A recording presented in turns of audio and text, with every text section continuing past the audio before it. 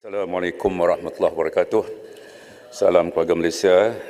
Tuan Yang Dipertua, untuk makluman ahli berhormat, projek yang akan ditangguhkan adalah seperti berikut. Yang pertama, projek-projek baru dan setia ada yang belum dimulakan proses perolehan dan belum diiklankan. Yang kedua, projek-projek bukan keutamaan yang telah dikenal-pasti kecuali projek yang mempunyai impak segera kepada kesejahteraan rakyat. Dan ketiga, projek-projek baru dan sedia ada yang menghadapi masalah pelaksanaan seperti isu tapak tanah.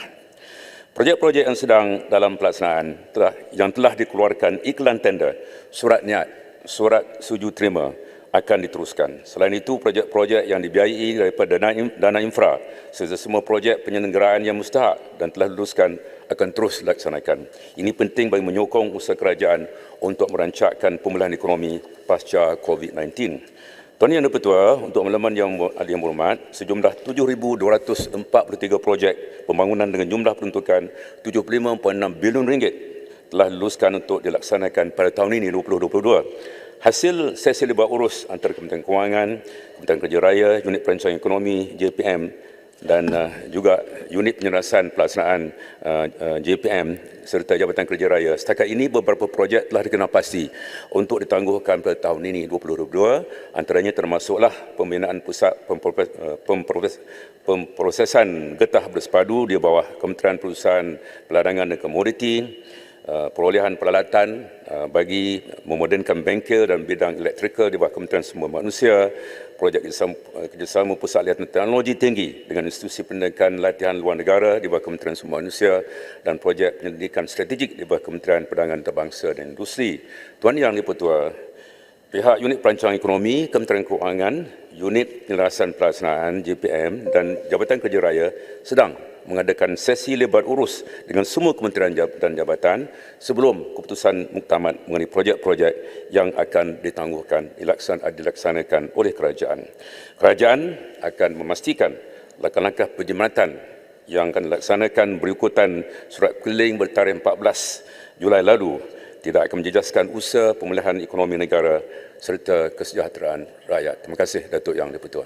Sila Lebah Pantai, 30 sangat soalan tambahan. Terima kasih, Yang Berhormat Menteri.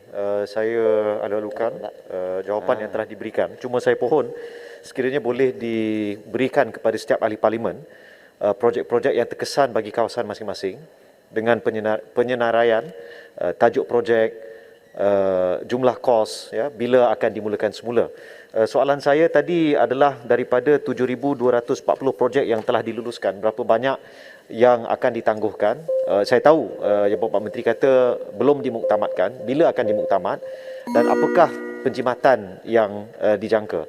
Dan adakah projek-projek besar seperti MRT Line 3, ECRL, HSR ataupun mana-mana projek lain yang besar, projek mega,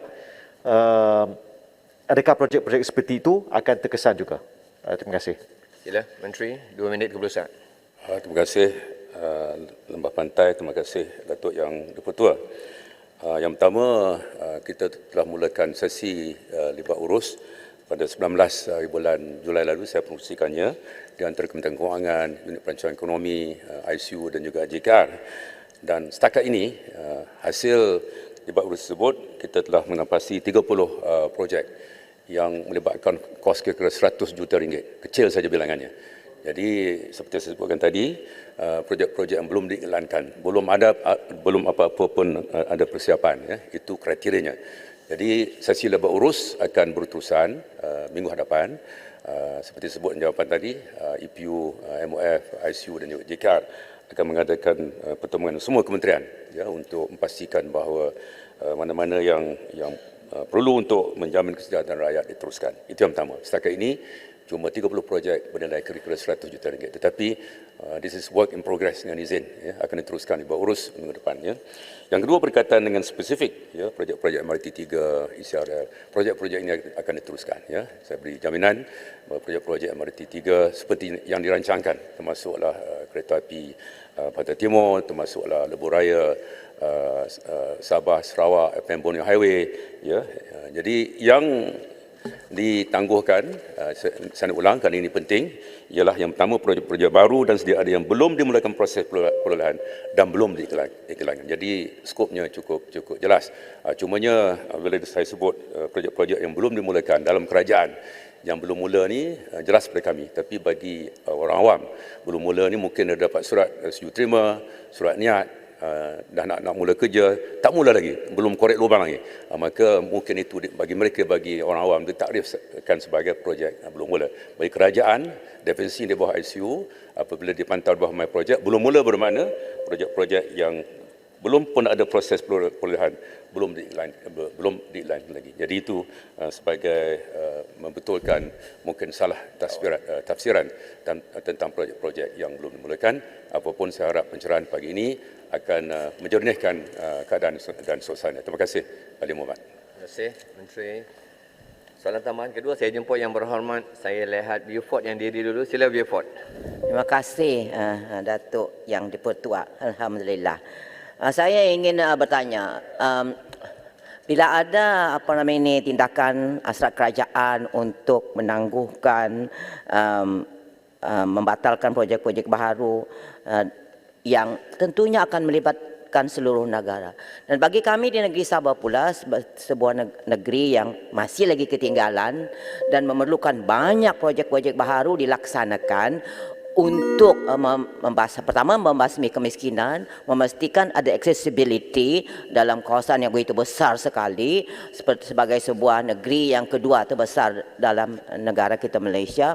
Maka ini adalah sesuatu kabar berita yang tentunya menyakitkan hati kami di Sabah. Jadi saya ingin tahu daripada Yang Berhormat Menteri, bagaimana keadaannya di Sabah? Adakah kami juga terlibat dengan apa yang akan dilakukan oleh kerajaan ini? Terima kasih. Sila Menteri, 2 minit keberusahaan. Terima kasih Datuk Yang di-Pertua. Terima kasih Beaufort. Kita mohon maaflah jika pertemuan ini menyakit dengan hati beberapa pihak. Saya terbaca respon kerajaan negeri Sabah. Yang pertama, langkah ini surat keliling yang diadakan oleh Kementerian Kewangan meliputi seluruh negara, semua negeri tak terkecuali. Yang keduanya, yang ditangguh dan yang akan mungkin bukan batal lah, yang ditangguh adalah projek-projek spesifik, iaitu yang belum ada pun apa-apa proses perolehan, belum pun diiklan. Mana dapat surat dulu sudah ada kerja, tidak masalah, akan diteruskan, itu jaminan yang kita berikan. Jadi kita bercakap sekarang ialah untuk 2022, yang mungkin Yang Berhormat sebut tadi antaranya ialah 2023, iaitu projek-projek baru yang Mak sebut dalam soalan tadi. Bagi projek-projek baru, proses libat urus sedang berjalan, setiap hari antara unit perancangan ekonomi dengan kementerian-kementerian berkaitan. Kita jangka bulan September akan ada satu angka yang kasar tentang peruntukan yang dapat diluluskan bergantung pada kedudukan kewangan negara. Jadi yang kita cakap sekarang ini, sekali lagi 2022, yang terlibat cuma sebahagian kecil saja. Projek-projek di Sabah, kalau mengikut senarai yang kita ada ni, belum lagi terlibat satu pun tak terlibat. Yang 30 saya kata yang sudah dikenal pasti, kecil saja, satu pun tidak ada daripada Sabah. Kecil bagi Yang Berhormat Menteri, tapi besar bagi kami di Sabah. Tapi satu pun tak ada di Sabah. 30 tadi, satu pun tidak ada projek-projek di Sabah. Terima kasih.